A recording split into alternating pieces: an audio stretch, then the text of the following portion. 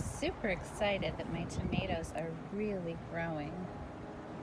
So I'll have some Roma tomatoes and some cherry tomatoes. That's a green pepper plant.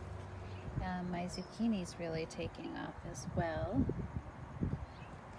And even though the bunnies got at the lettuce, it's making a comeback as well.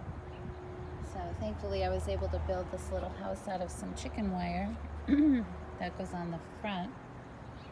And it's keeping those cute little bunnies out and keeping them from eating all of my vegetables.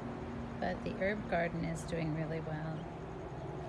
My son literally made this from scratch. He just went to Home Depot, got a bunch of wood, drew out some measurements and plans, and put this whole thing together for me. So it's pretty amazing. And we have this trellis that's pretty tall, so I think we're going to take this Cabernet vine and plant that over there. Maybe have a grapevine growing up the side. So I'll keep you guys updated on the progress of this garden as it grows. And I hope everyone's having a great day.